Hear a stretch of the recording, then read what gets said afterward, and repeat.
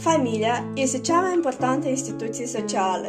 Este formată din oameni care împărtășesc legături strânse și o istorie comună.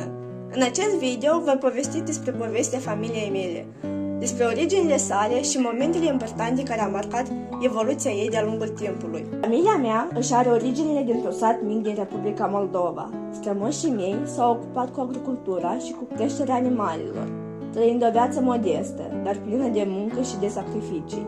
Din păcate, istoria acestei regiuni a fost marcată de războaie și conflicte, iar familia mea a fost nevoită să treacă prin multe greutăți și să se adapteze la schimbările din jurul ei.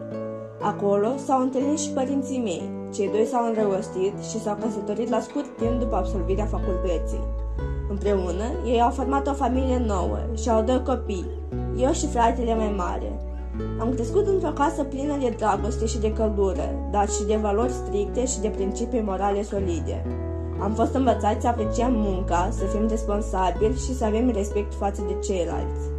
Amintirile mele cele mai frumoase sunt cele din copilărie.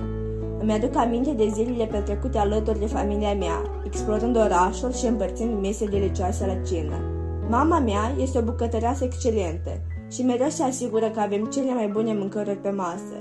De asemenea, îmi aduc aminte de călătoriile noastre de vacanță, când mergeam cu toții la mare și petreceam timp împreună, explorând noi locuri și creând amintiri prețioase.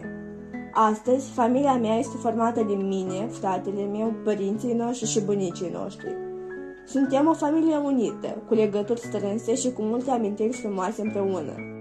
În concluzie, familia mea a fost mereu o parte importantă a vieții mele și mi-a oferit multe lucruri valoroase. Am învățat multe de la părinții mei și am creat amintiri prețioase alături de ei.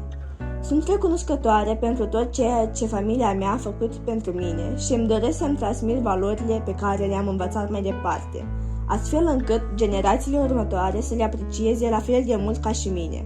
Cu drag, familia Cuharenco.